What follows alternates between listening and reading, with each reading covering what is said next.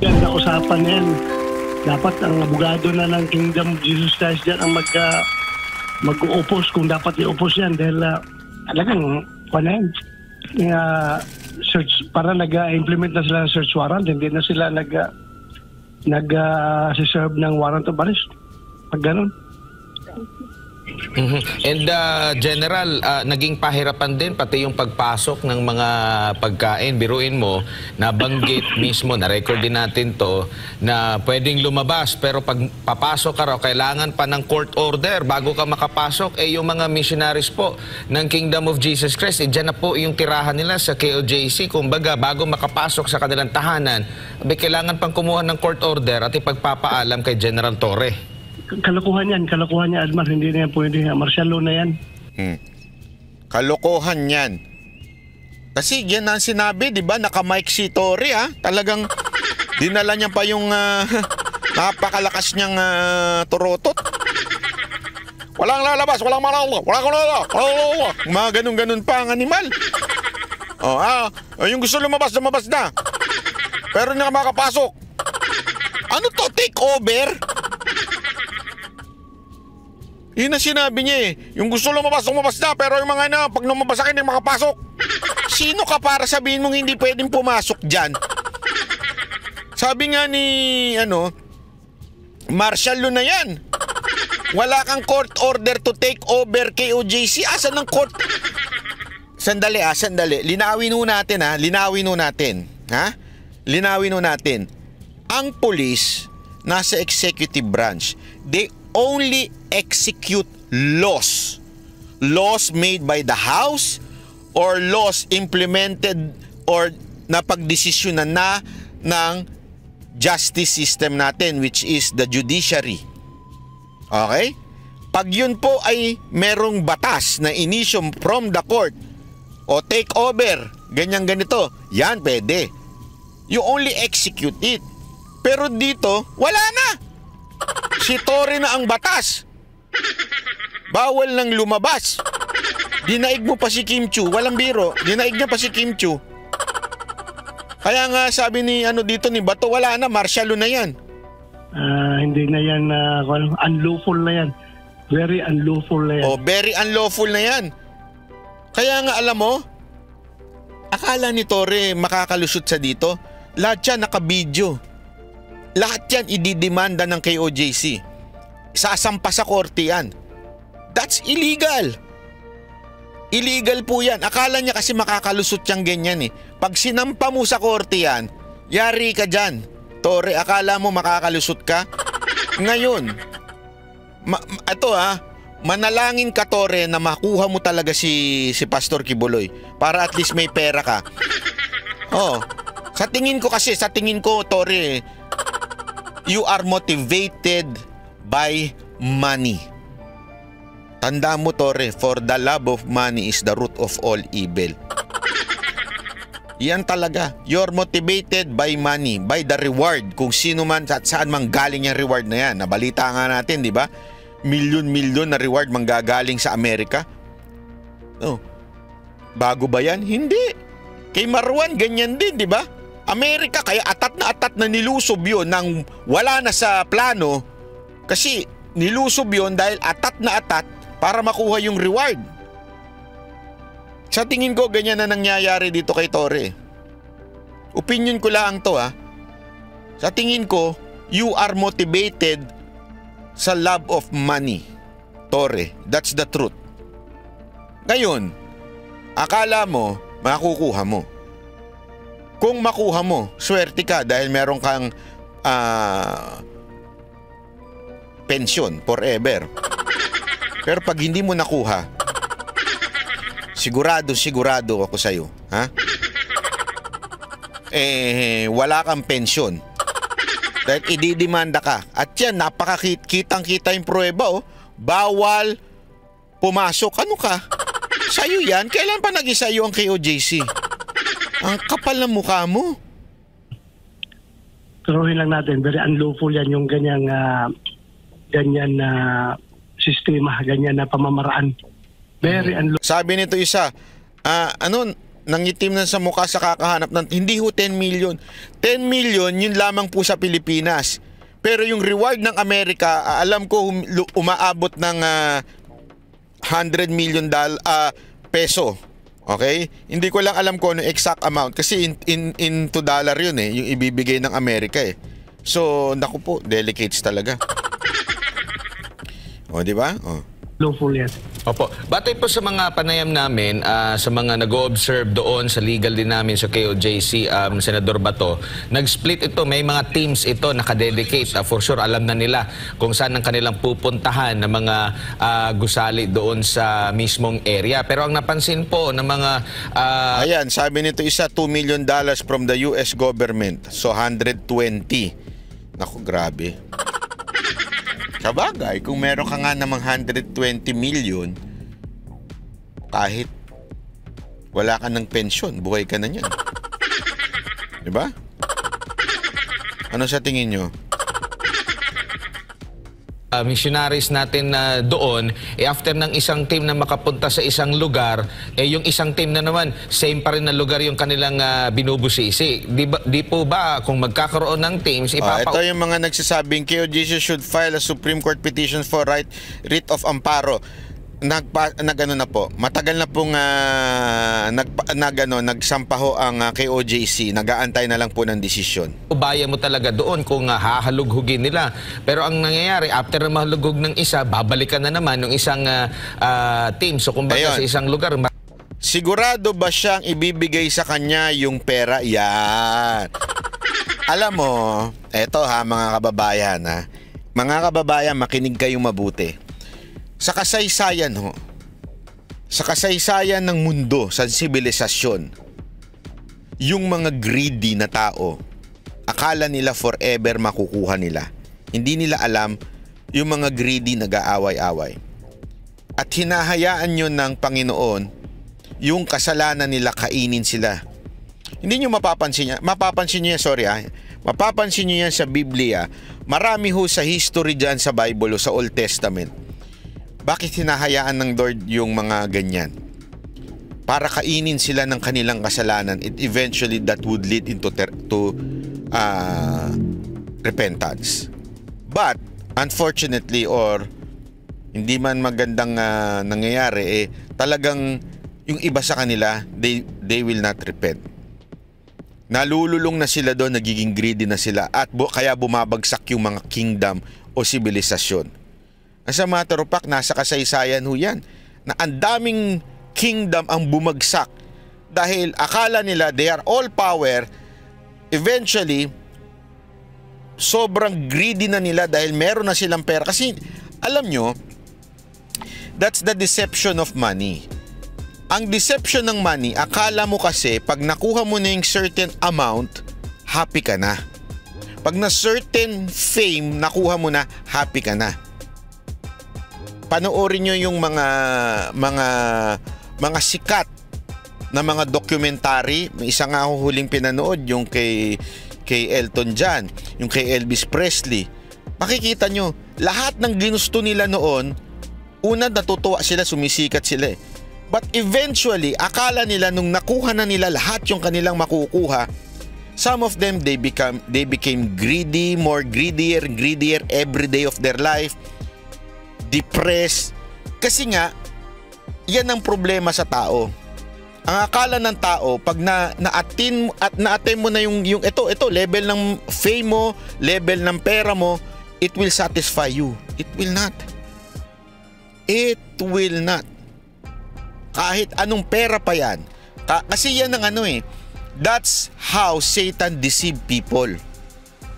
Satan would deceive people by saying, pag nakuha mo na to, pag meron ka na nito, masasatisfy ka, happy ka. Hindi alam ng tao, human being, including me, na ang tao never yan masasatisfy until God satisfies them. Tandaan natin yan. Until the Creator will satisfy you, you will never be satisfied. Only the Creator can do that. Ikaw naman, maaakit ka, matetempt ka, dahil ang demonyo bulong ng bulong yan. Alam mo, yung kapitbahay mo may ganitong motor, oh. Pag meron ka na niyan, masaya ka na rin. Nakabili mo yung motor. Gusto mo pa ulit bumili isa. Parang ikaw yung banat ba yan? Minsan. Totoo yan. Yun naman yung asawa nung kapitbahay mo. Kita mo? Ang hot nung asawa nung kapitbahay mo. Ikaw, losyang na yung asawa mo. Pagka nagkaroon ka rin ng hot na jowa, naku po. Happy ka na sigurado sa buhay. Tiba-tiba ka na. Jackpot. Ano ginawa mo? Nagkabit ka. Na feeling mo, masasatisfy ka, magiging happy ka. Ano nangyari? Lahat. Lalo lang nasira ang buhay mo. Tama, mali. Kesa na naging happy ka sa buhay mo, na-stress ka. Lalo ka tuloy bumagsak. Di ba? Ganyan ang demonyo eh. Akiting ka, may pera ka ng ganito. Naku po. Alam mo, para mas happy ka dyan, i-invest mo yan. Pag in-invest mo yan dito sa ganitong crypto, siguradong kikita ka malaki. Pag kumita ka na malaki, para ka ng we kilo money. Kaya ganun ka na. Akala mo naman, happy ka.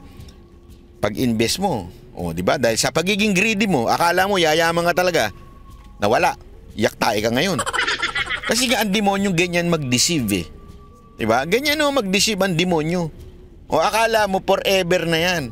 Pero eventually, hindi pala. Kaya nga sinasabi natin dito, lagi mo nating tatandaan, Tore, makinig ka mabuti. Marami na ang dumaan sa pinanggalingan mo. They really thought magiging happy sila forever. Pag nakuha nila to. But eventually, sa kasaysayan, bumagsak sila at nasira ang buong pamilya nila. Wala akong biro. Ganyan na nangyari sa mga general na nagpakatikas noon. Asan sila ngayon? Andoon. Inuuod. Ikaw buhay pa, mukhang hindi naman siya pero diba, buhay ka pa pero mukha ka ng wala akong sinabi. Tandaan mo yan. Yung mga feeling untouchable nung unang panahon. Sino yun? Hindi ko na lang papangalanan kung sino. Asa na ngayon? Wala na, inuuod na. Diba? Ikaw ang aga naman. Diba? Huwag ka naman sanang pissed bad yan. Hindi, kaya nga you never desire that. Yung ganyan. Ano ang the best mong gawin? You serve the people. Yan ang true satisfaction. Serve the people, help the people. That's true satisfaction. You know why? Tore? Because it is God who will satisfy you. Bakit? Sinabi niya yan eh. It's better to give than to receive. It's not just about money. Ibig sabihin, mas mabuti pang palabas ka, tumulong ka, magserbisyo ka, kaysa ikaw ang pinagsiserbisyuhan, kaysa ikaw ang pinaghahangaan, nire-respeto, ikaw mismo rumespeto ka. Ano sabi ng Panginoon? Siya na ang bahala sa iyo. Ikaw ay pagpapalain na. Yung puso mo, yung satisfaction ng heart and soul mo, masasatisfy. Bakit? Yung lumikha sa iyo ang nagsabi niyan. Ba't ayaw mo sumunod? Again this is not about Pastor Kibuloy only. This is about you bilang isang police general na supposedly you serve and protect the people, you're not doing it. Diba? Yun ang totoo eh. You're not doing it. Maraming beses, iba't ibang team yung maghahalughog. I am running out of reasons na, Admarno, kung paano natin justify yung kanilang ginagawang mga actions na ganyan. Wala na akong maintindihan pa nga rason na pwede nating ibigay para sa mga action na ganun. Sabi naman nito ni Mildred Padilla, Attorney Sal Panelo said interview that SC acts quickly on petition for a writ of amparo. So he's surprised that KOJC, uulitin po natin, sinagot na po yan kanina paulit-ulit ng mga taga KOJC. Ginawa na po nila yan. Huwag na po sana tayo paulit-ulit. Ginawa na po nila yan. Okay? Inaantay na lang po nila ang desisyon. Paulit-ulit na po. Ha? Mga ma'am, mga sir. Rhea Hong Kong, maraming salamat po. Ha? Naging torete si Torre. Sana may magandang balita na bukas. Ala ng gulusap. Naku, malabo yan. Okay po. Sana po paulit-ulit ha. Kasi kanina ko pa nakikita yung writ of amparo. Ulitin ko po. Matagal na po nilang sinampayan. Okay? Matagal na po nilang sinampayan. Matagal na po nilang sinampayan. Matagal na po nilang sinampayan. Okay? Okay na po. Baka may mga katanungan si Coach Oli. Ako, Brother Admar, ako'y hindi ko maintindihan. Ito, bago ako magtanong kay Senator Bato, kasi napakawalang sistema nila. Alam niyo kung bakit? Kasi 4 na beses akong umakyat hanggang 4th floor dahil sumama ako sa search ng Jose Maria College. So umakyat ako doon, bumaba, tapos may umakyat na naman, tapos may bumaba, may umakyat na naman. Tapos ito si... Nag-exercise lang sila, Coach Oli. Regina Constantino, maraming salamat. Uy, 30th mansari na namin ni Madam Cristina. Ay, Cristina. Regina. Uy, Cristina. Sino yung Cristina na yun? Regina po, Regina. Wala po akong ex na Cristina. Torre, hindi ko maintindihan kung only lies o only raid ang gustong gawin o only search. Kasi napasok niya na, gusto niya ulit, pinasok niya ulit. Sabi ko, wala. Sabi nitong isa, magaling ka pala, dapat ikaw nagsalita sa Senate hearing para ipagtanggol sila. Sayang naman binayad siya sa social media ka lang magaling. Pakisabi kay Bato, imbitahan ako. Ako talaga magtatanong kay Torre. Hindi, walang biro ito. Prepared ko na nga yung tanong Pag ako inimbitahan ni Senator Bato, Your Honor! Your Honor! Di talaga, tatanungin ko talaga si Torre, walang biro. Pakisabi kay Bato, Senator Bato. Ha? Wala kayong sistema. Wala ba kayong training kung paano kayong magse-search? Senator Bato, ganito ba talaga kahina ang intel nila or wala talaga silang sistema? Kasi po, ang gulo po ang gulo. Kasi bakit pa magsasama si Torre ng mga tao niya kung hindi naman niya pagkakatiwalaan yung tao niya? Napuntahan na ng tao niya ilang beses, ilang grupo napuntahan nila. Pupuntahan din niya. Di sana, kung wala siyang tiwala sa tao niya, siya na lang ang pumunta. Napakagulo po. Wala sa ayos Wala, isipin niyo. Kahapon pa sila. Dali Coach Oli, takot yan si Torre. Kanina nakita ko nung alas 3 nandito na. Nung umiikot yan. Anong oras na? Andiyan pa rin sila. Napapaligiran. Diba? Andali lang. Nagsasalita ako Kahit kayo... Hindi, sa totoo lang, takot yan. Nung nag-iikot siya, pinapalibutan siya ng mga pulis Binabara siya ni Boss Dada Takot nakita ninyo? Tanggalan mo ng baril yan. Maniwala kayo sa akin, takot yan. Yung tapang ni Torre, hanggang lang yan, otoridad lang. Yung talagang kayang makipag niyan, wala. Nakita ko kanina Kung hindi pa sa mga amuyong niyang tagahawi. Takot Kaya hindi niya gagawin mag-isang pumunta dyan. Kaya lang talagang siguro, sabi niya wala akong tiwala sa mga kasamahan ko kasi alam kong mali na itong inuutos ko. Kaya siguro, kaya hindi, sa tingin ko kasi sinasabi ni Coach Oli, umiikot-ikot daw si Torre, paikot-ikot. Ibig sabihin, napunta niya na ng tao niya, uulitin na naman niya. Feeling ko wala siyang tiwala dun sa mga tao niya kasi yung mga tao niya, yung mga pulis dyan, pagod na, gutom na. Yung mga pulis niya, hindi daw napapakain. As in, para bagang ginawang alipin yung mga pulis. Kaya tuloy sinabi niya, baka hindi na gawin yung trabaho. Kaya siya mismo, umiikot-ikot na. At saka, alam mo kanina, nakita ko, kulang na lang umiyak siya Hindi, totoo. Feeling ko talaga, iiyak na siya kanina Kasi palpak na naman ako. Isa na akong katatawanan dito sa PNP. Sabi niya sigurado daw siya na andyan Pati daw yung dingding tumitibok.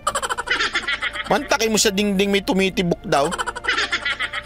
Alam mo, isang tanong ko lang dito kay Torre pag nakita kami doon sa Senado. Kasi Senator Bato, imbita mo na ako eh. Isang tanong ko lang dito, pahiya ito.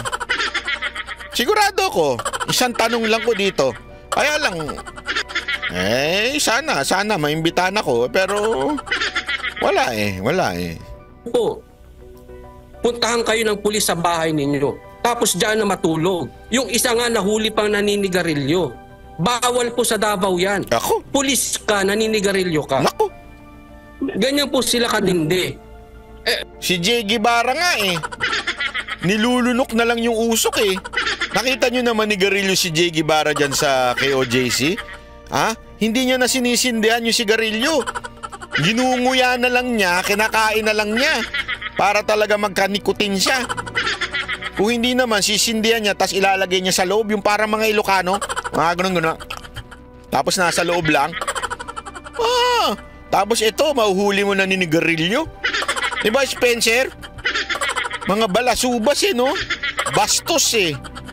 Buti talaga, hindi si President Rodrigo Duterte ang mayor dyan. Kung hindi, napakain sa kanya sigarilyo.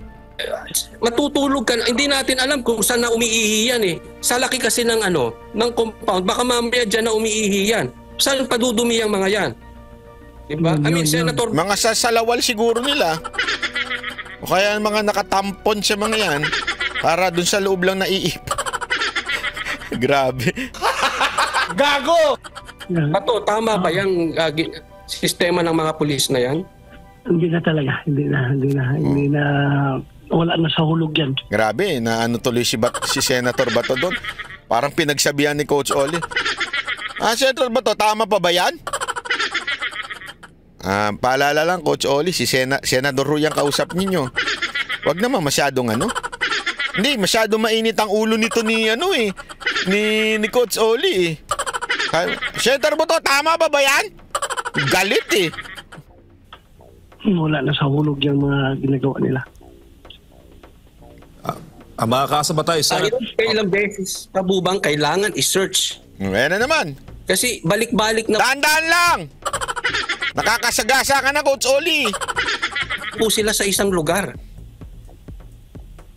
Hindi nga dapat mag-search eh, dahil nga Mamaya ayaw niya makipag-ride sa atin. Sabi pa naman ni Senator Bato, magra-ride sa atin. Pinagalitan mo na. Huwag mo naman pagalitan. warrant lang naman yung service of warrant lang yung kanila. Tao ang hinahanap. Search niya. Oo, hindi na pero sige na, pinagbigyan na sila, pinag-search na sila, pabalik-balik pa. Anong ibig sabihin niyan? Ayaw na talaga umalis nila dyan, siguro. Ito yung Senator Bato, maiksing tanungan lang, no? Siguro, kung makita nila dito si Pastor... Hindi pa pala tapos yung tanong mo. Nakatatlong tanong ka na. Coach Olio. Tingnan nyo kung tama ako. Pulihin nila. Pero kung hindi nila makita dito si Pastor, hindi ba dapat ay being a gentleman, ito si Torre ay mag-resign? Dapat ikaw, Coach Oli, pumunta sa Senado. Hindi. Tama ba ako, Spencer? Kasi sabi nung iba dito, masyado ka maalam, banat ba? Ikaw ang pumunta sa Senado. Kung mas maalam ako, mas maalam ito si Coach Oli. Mas maraming alam eh. Pinapagalitan na si Senator Bato. Dapat ikaw, Coach Oli, yung pumunta dyan sa Senado. Ikaw magtanong ng ganyan. Kasi ang laki pong bulilyaso nito eh. Dapat meron kang at least reasonable na andi dito si Pastor Kibuloy. Nakailang search na sila. Paano kung hindi nila matagpuan? Hindi ba siya dapat may kahiyan na magkusang loob na mag-resign? Senator Bato? Nasa kanya yan. Nasa kanya yan. Kung nakikita niya kahiya-hiya na dapat umalis siya. Nasa kanya yan decision. Pero grabe para talagang dinaig pa martial law, no? Mantakin mo ganyan na Davao ngayon, no? Ang payapa sa Davao naging ganyan. Grabe naman. Kung meron pang nag-utos sa kanya, higher up sa kanya na nag-utos na dyan ka, gawin mo pa yan, ganito pa, gawin mo. So, sumusunod lang yan ng order galing sa taas. Senador, bago lang si Eric, isingit ko lang, no, may kaugnayan dito sa mga pulis. Kasi meron din kaming mga pulis na nasa loob dyan ng compound. Hindi lang sila, ayaw lang nila magpabanggit ng pangalan. Una, ang isa sa mga reklamo talaga nila Sabi nitong isa ni Aurelia Mendoza, Banat Bay, kayo mga banateros, ibang vlogger, mag-ayos na kayo. Isa lang naman ang pinaglalaban ninyo. Yan, kita nyo ang nangyari sa Davao. Masyado kayong mataas ang ere nyo. Huy! Maayos po kami ng mga vlogger. Sino ba sinasabi mo? Aurelia Mendoza. Aurelia Mendoza. Aurelia Mendoza. Maayos kami ng mga ibang vlogger. O kung baka naman ang tinutukoy mo yung mga scammer, ay hindi kami makikipag-ayos sa scammer. Ikaw ba, Aurelia Mendoza, makikipag-ayos ka sa mga kriminal dyan sa inyo? Hindi, halimbawa lang, Aurelia Mendoza, sabihin ko sa'yo, makipag-ayos ka nga dyan sa kabit ng asawa mo? Makikipag-ayos ka? O, di ba hindi ka makikipag-ayos sa kabit ng asawa mo? Pero makikipag-ayos ka doon sa mga kapitbahay mo. Kasi kapitbahay mo sila. Kami po mga banateros, ayos kami doon sa mga vlogger. Yung mga legit na vlogger. Pero yung mga scammer, hindi kami makikipag-ayos sa scammer. Scammer nga, gusto mo makipag-ayos kami?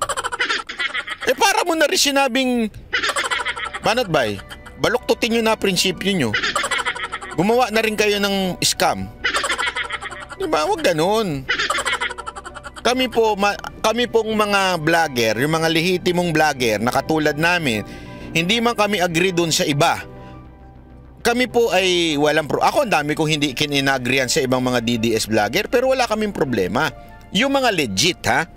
Pero yung mga scammer, no talaga sa amin yun. Scammer nga pabihira naman. Ba't namin na makikipag-ayos sa scammer? Nila, yung last kain nila kanina pa pong madaling araw. In fact, marami din ako mga message, kamag-anak ng mga pulis na andyan mismo sa loob. Biruin mo, alauna pa ng madaling araw, itlog lang. Sabi nito isa, Banat Bay, tagal mo mag-live, na miss kita. Ano nangyari sa'yo? Kinain po ako ng kama. Hindi, para sa mga nagtatanong dyan, ha? Kanina pa po nagtatanong, naintindihan ko naman, baka pakakapasok nyo lang, tapos biglang, si Banat Bay, buhay na, ganon. Nagkasakit po ako ng bonggang. Mga nakasampung ganito na po ako para lang makarelieve. Okay? Kaya ho ganun. Tinamaan ako ng malupit na sakit. Lang ang nakain, no? Kanina lang natanggap ko yung mensahe. Meron din mga nakausap yung ilan sa ating mga missionaries dyan. Tinatakot sila na it's either kung hindi sila susunod sa utos ay doon sila. Basahin natin to. Paano po reaction ni Mayor Baste? Pumunta po ba siya sa KOJC? Paano po magpasipin ng situation para masabihan ng mga pulis? That part I really don't know. Okay? Actually, tinatanong ko nga sila Sabi nila hindi daw pumunta at hindi pa ata nagbibigay na pahayag. I don't know kung ngayong oras na to habang nagla-live ako nagbigay na siya ng pahayag. Sabi ko nga, dapat talaga yung mga kaalyado ay magbigay ng i-condemn itong nangyari. Okay? Wala ho ditong Duterte ka o hindi ka Duterte. Dapat to, yung maling ginawa ni Torre ay kondinahin. Ulitin po natin, wala ho ito sa kulay. Dapat ang mali ni Torre kondinahin. At bilang mayor ng Davao City, dapat nangunguna dyan si Mayor Baste. Inaantay ko po yung kanyang, tulad ninyo, inaantay ko rin po ang kanyang statement tungkol dito. Sigurado po ako, nagtatanong na, etong si mga Duterte ho, napaka-ingat po niya magsalita, lalo na sa mga legal na mga usapin. Sigurado ako nagtatanong yan sa kanyang legal kung anong statement. Meron na pong statement si FPRRD kanina. Yun na nga. Napaka-importante kasi ng legal na statement dito. Hindi pa pwedeng basta-basta lang. Okay? Sa Sulu, designate or di kaya ay tatanggalin sa... Ayan. Tama yan. Nag-usap na daw si Atty. Torion at si Mayor Baste. Malamang sa malamang, meron na silang pinag-usapan, pinagkasunduan kung anong gagawin. Hindi lang po, napanood ko yan sa, I think it was TV5 na nagsabi niya na meron ng usapan si Atty. Torion at si Mayor Baste. I just don't know ako ano yun. Okay? So antay na lang po natin. serbisyo. Wala po bang choice ang isang pulis kung tingin niya mali yung mismong operation? Hindi po ba siya pwedeng humingi ng na sa iba na lang? Ano po bang patakaran po dyan, Senador? Meron man tayong mga internal bodies na mag-address ng reklamo ng kagaya niyan. Mayroon man tayong IAS, yung Internal Affairs Service. Pwede nila reklamo, pero alam mo, sa isang pulis talagang napakahirap kalabanin yung nasa taas. Kahit na kahit na ayaw na sa kalooban mo, wala ka. Alam mo, nalulungkot ako sa nangyari dyan. Ang ganda-ganda ng... alam ko, yan yung inikot-ikutan namin. Ang ganda-ganda niyan. As hihigaan mo lang ng ganyan.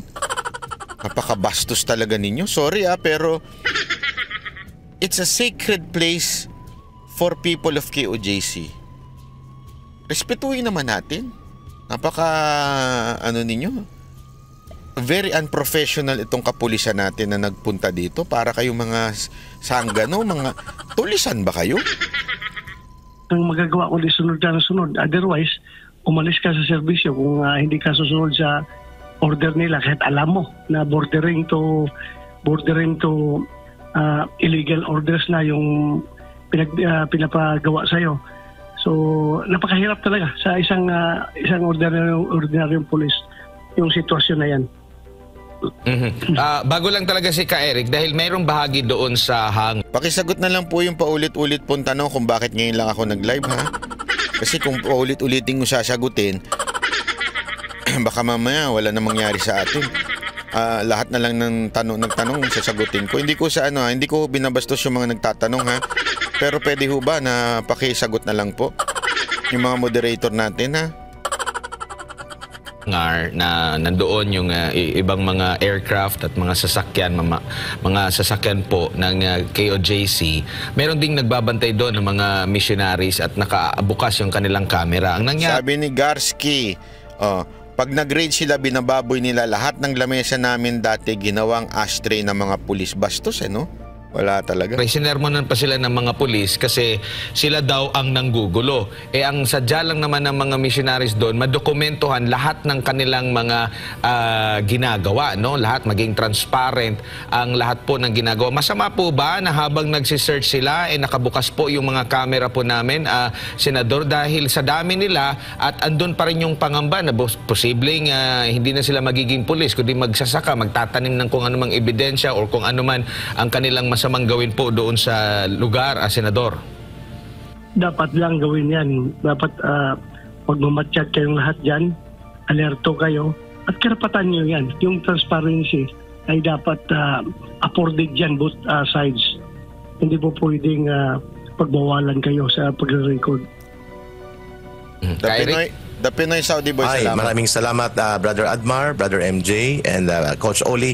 Senator Bato de la Rosa, sir, maraming salamat for standing up. Magandang gabi, standing up for truth and democracy sa ating bansa. Saludo po kami sa inyong mga inisyatiba at paninindigan. Senator Bato, before po ako magtanong ng dalawang katanungan ko, allow me please briefly to make this comment. This may not sit well to many police generals and PMA graduates, but I need to say this, and you can react. The police right now, alam ng lahat na ikaw ay graduate ng Philippine Military Academy. Integrity, loyalty, and courage. Tama po ba? Yes. Correct. Yung inyong core values. And you were once one of the top official, naging chief of the Philippine National Police. Right now, the police forces under Marcos Jr., opinion ko po ito, you may react and also, has become a state instrument to persecute and create state violence against people and civilians for that matter. And they become lawless instruments. Dahil nakikita po ng buong daigdig ng buong bayan kung paano po hindi kinikilala ni General Torre, ni General Marbil, ni Benhur Abalos ang mga batas. For example, yung sinasabi sa procedure ng rules of court, hindi nila kinikilala because sabi ni Torre, I will search and implement the search, the arrest warrant against Quiboloy on my term, on our terms.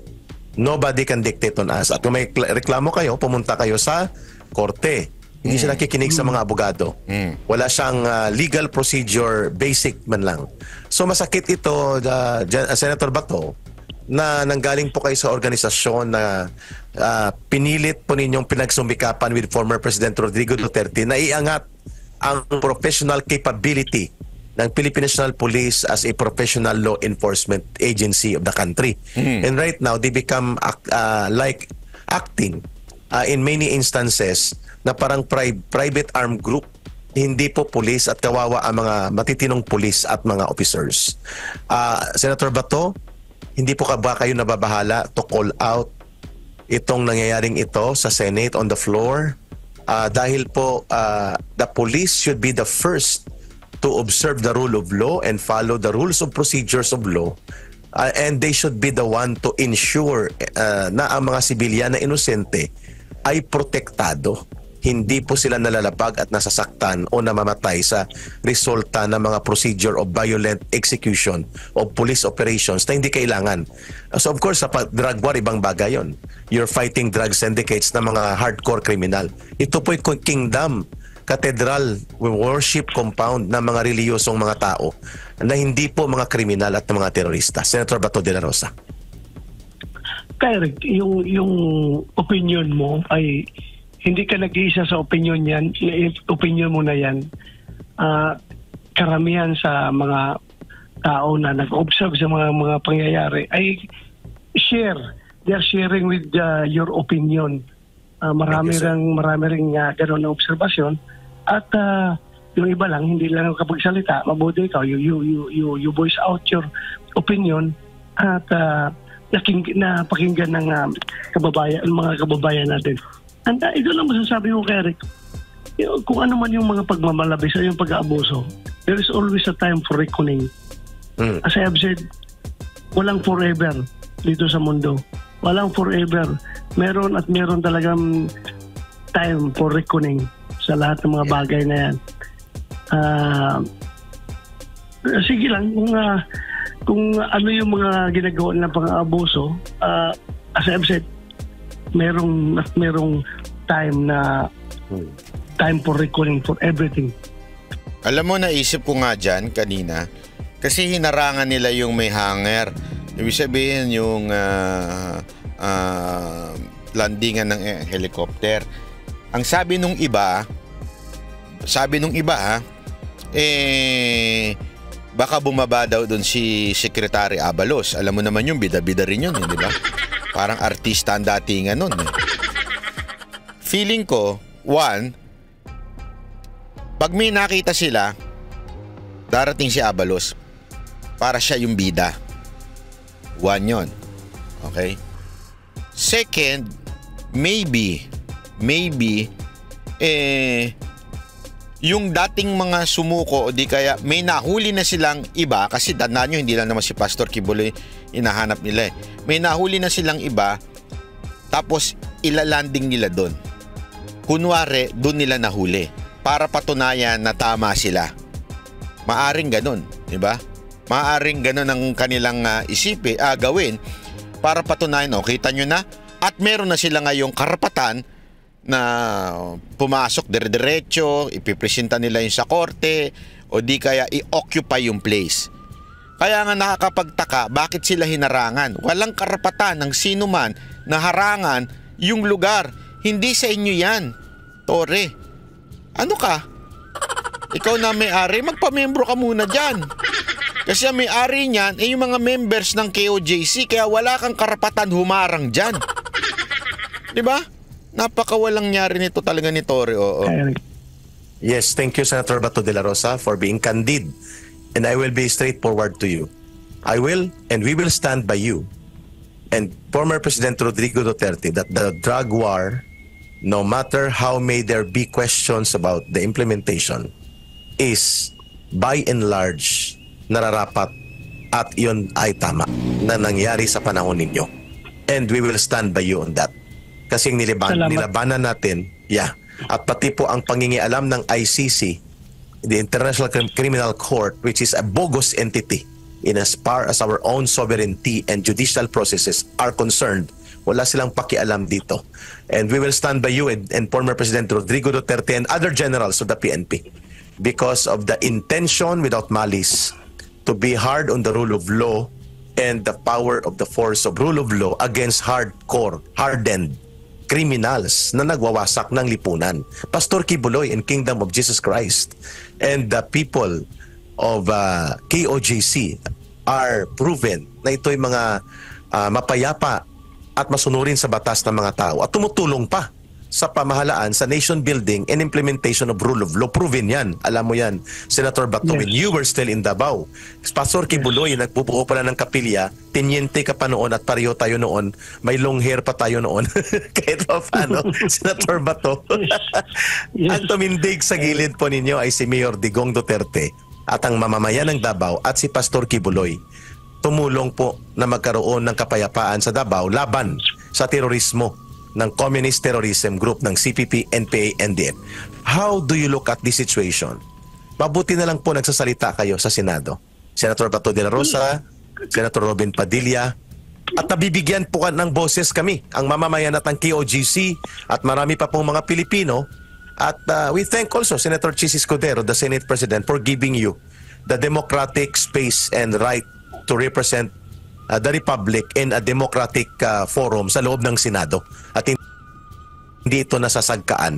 Senator Bato, nakikita po ba ninyo that Davao right now in behalf of KOGC sacrifices, parang sila ang nakasangkalan sa ngayon na isakripisyo, is going towards a police state, quote-unquote, control, limited but perpetrated targets against the Duterte and other political opponents na mga Marcos at Romualdez, at nagagamit ang police to perpetrate, specifically ang PNP, with the likes of General Torre na willing to violate the law and become above the law, at akala niya walang day of reckoning, sabi mo nga, na mangyayari sa kanila. Are you not worried that Davao right now is a laboratory of a worse type martial law, pero hindi dinideklara, subalit ginagawa at nilalapastangan na ang mamamayan ng Davao, hindi lang ang KOGC, pati mga officials sa Davao? Senator Bato. I'm very much worried kay Eric, no? Dahil everywhere you go, ma-actual man dito sa downtown o dito sa lugar ng Davao at lalo-lalo na sa social media, mamarinig mo ang yung mga hinaing ng mga Davaoenyo, yung kanilang reklamo. Ay napakasakit pakinggan yung kanilang mga reklamo. Para bang tila ba lumalabas na kaming mga leaders dito sa Davao ay ganoon na lang kainutil, hindi mo lang namin Ayan, napakaganda na sinabi ni Senator Bato dito. Nadidinig nila ang hinaing ng mga taga Davao, 'di ba? Specifically yung mga tao diyan. Kasi nga ho sa nangyayari dyan sa Davao, alam nyo, napaka-importante nito. Sinabi niya through the social media. Kaya nga napaka-importanting maunawaan natin yung mga nagsasabi dyan, yung mga epal dyan na sinasabi lang nila huwag yun dalhin sa social media yan, dapat pumunta kayo ng EDSA. Huwag kayong tanga. Sa EDSA, makakakita lang sa inyo iilan. Iilan lang makakakita sa inyo dun. Sa social media, sa buong mundo, maririnig kayo. Yung iba kasi, so pasensya na ho hindi ho sa ako ay against sa pagpunta sa EDSA. Okay? Hindi po ako against sa pagpunta sa EDSA. Pero maging matalino tayo na makipagbaka. Lumang kaparaanan na po yung pupunta ka sa EDSA, pupunta ka sa ganito. Lumang kaparaanan po yan. Kailangan po ay merong kang social media na kasama o di kaya maghahatid ng balita na yon at sisiguraduhin mo marami kayong pupunta doon. Hindi yung pupunta ka doon, iilan lang kayo, pagtatawanan pa kayo, ilalabas mo pa sa social media. Naintindihan natin? Minsan kasi yung damdamin natin ng pinaiiral natin, hindi yung utak. Minsan gumamit tayo ng utak. Alam ko yung iba dyan, puro puso ang ginagamit. Tandaan ninyo, pag ang emotion ay mataas, ang utak mababa. Wag mo natin kakalimutan yan. Sa English, when emotions are high, the brain is low. Intelligence is low, di ba? Ibig sabihin po noon, gumamit tayo ng utak. Hindi ko sinabing huwag kayong pumunta sa EDSA. Hindi ko sinabing huwag kayong pumunta sa Malacanang. Hindi yan ang sinasabi ko. Ang sinasabi ko, gamitin natin ang tamang diskarte. Hindi yung pupunta tayo, mag-isa, dalawa, ibibidyo natin, mag-aaya tayo, tapos wala namang pupunta. Pinagtatawanan tuloy tayo ng iba na kasi alam naman natin na andi dito yung putukan kung saan-saan tayo pupunta. Diba? Nandito ang putukan sa Davao. Diyan, nakikinig yung mga politiko. Nanonood yung mga politiko. They would rather see it on social media instead of EDSA. Hindi nga dumadaan yung mga politiko sa EDSA. Diba? Dito nakikita nila. And tinatamaan sila. Kaya nga sabi ni Bato, diba? Nakikita niya sa social media at na ano yung kanyang damdamin na nagrereklamo mga taga Davao. Tama, mali. So maging matalino ho tayo. Okay? Maging matalino ho tayo. Wag ho tayong papadala sa emosyon lang at magiging tanga. Maging matalino po tayo. Marespondihan yung mga pangangailangan ng ating mga kababayan dahil nga meron tayong mga ahensya ng gobyerno na willing to violate the law just for whatever reasons. Kaya ako nasasaktan talaga. Nasasaktan ako for a very long time, for the longest time. Yung syudad ng Davao ay napaka-peaceful at lahat ng tao dito ay pro-government. Pero ngayon tila nakikita ko dandahan na yung nagsishape yung sentimento ng tao. Baka mamaya alam natin itong Davao City was the laboratory of the Sparrow unit ng CPP-NPA. NDF dito nagsimula. Sila si Quintanar, sila Hopson. Dito nagsimula laboratory nila itong Davao City sa Sparrow unit ng NPA. So ako'y natatakot baka itong mga tao na ito, yung galit ng tao ay magamit ng kabila, ma-exploit ng kabila para naman magkaroon naman ng gulo dito sa Davao. Remember, kay Rick, if you can recall, second lieutenant pa ako pag-graduate ko ng PMA pagdating ko dito sa Davao. Yun na, wala na ako ibang kinabisihan kundi puro CPP, NPA, NDF na operation lang hanggang sa nag-retire ako. Kaya ayaw kong maulit yung mga bagay na yon.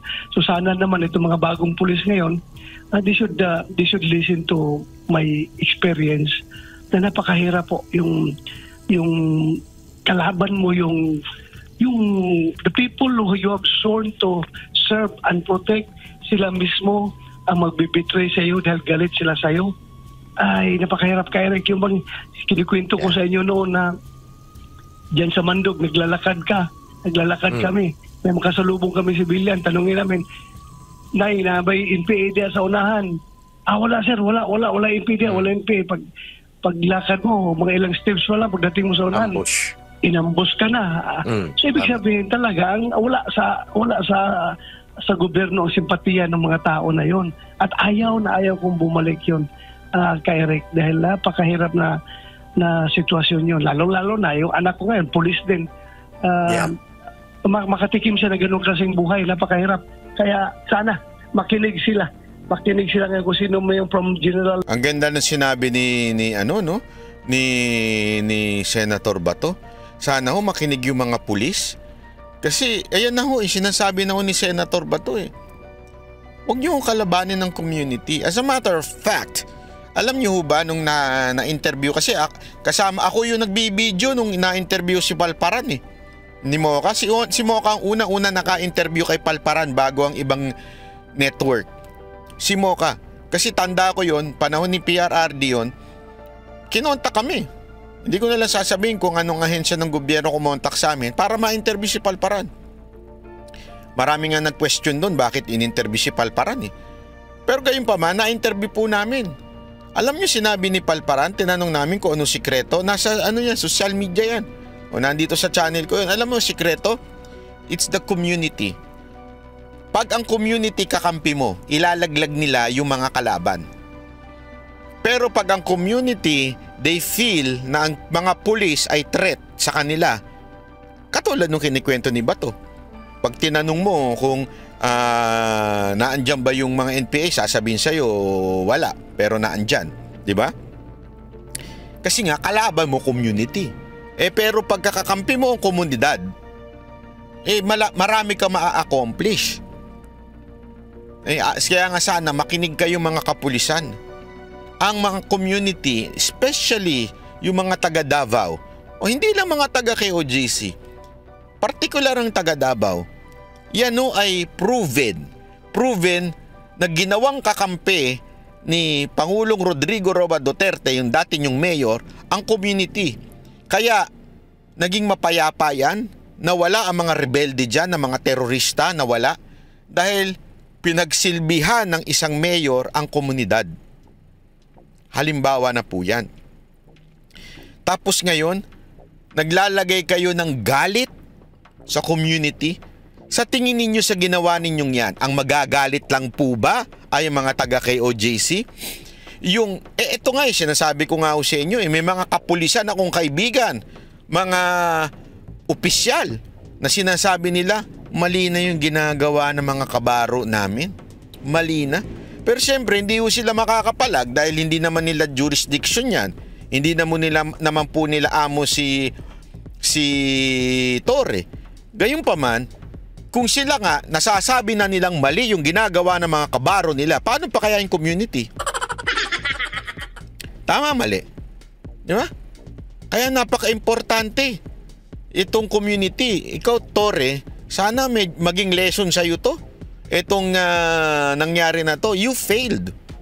This is a clear indication na nag-fail ka sa ginawa mo dito. You failed serving the people. You failed the community. You even failed dun sa mission mo na mahuli si Pastor Kibuloy. Sino ba namang stupid?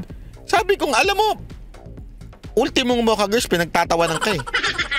Kasi napanood nila eh. Napanood nila na sabi nga nila, sir, buti wala ka dun.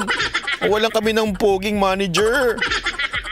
Hindi totoo. Sabi nila, ba't naman ginanon yung Davao? Ang payapa-yapa dyan sa Davao. Ganun eh. Sabi ko, na-explain ko nga sa kanila, wala namang gulo dyan. Bakit nagkaganyan? Tsaka, sir, ba't naman magtatago dyan? Kung alam na nga nilang dyan yung bahay, dun pa magtatago. Alam mo, apakasimple. Ito mga ordinaryong Pilipino. Ibig sabihin, wala ho silang sa politika, pero common sense. Sabi nga nila, common sense naman. Hinahanap ka, magtatago ka sa bahay mo. Hindi di ba? Common sense eh. Magtatago ka sa bahay mo. Hinahanap ka nga, magtatago ka pa dun. Imposible namang hindi pa tumakas si Pastor Kibuloy nun. Nung panahon na, kasi alam niya na hinahanap siya, kaya nga pansinin niyo, nagpatawag siya before siya mabigyan ng warrant of arrest. Nagpatawag siya sa mga kaibigan. Nandun po kami nun, nung wala pa siyang warrant of arrest, kasi nararamdaman niya na eh. So kung tatakas siya, tumakas na siya noon pa. Diba?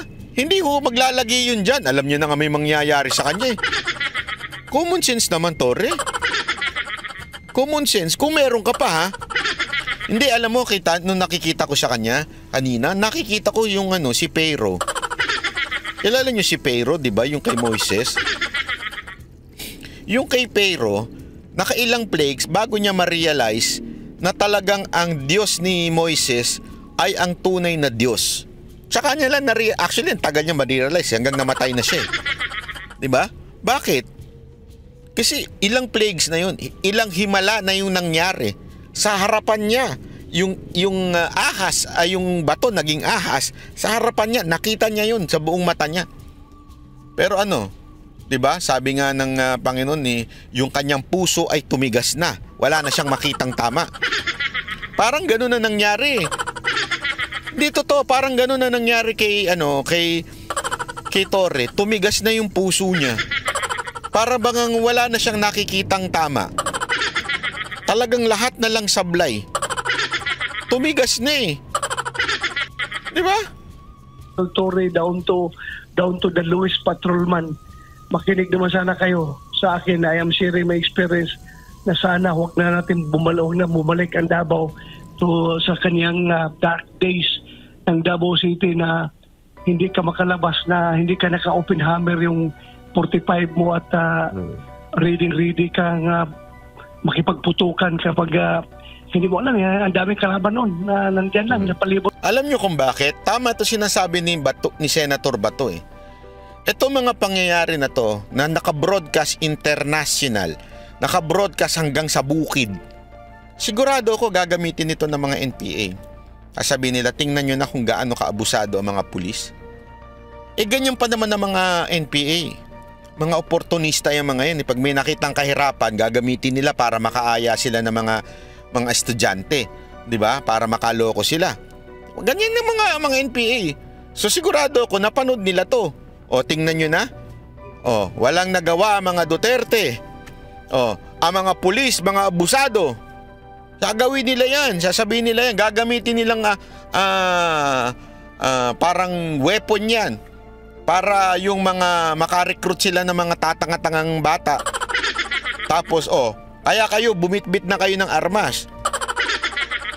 Kaya nga ako babasag ako sa strip ng iba dyan eh. Pasensya na may mga iba kasing trip yung ibang mga vloggers dyan na gusto nang magwala ang mga Pilipino. Sorry, out ako sa ganyan. Again, I am against any form of rebellion.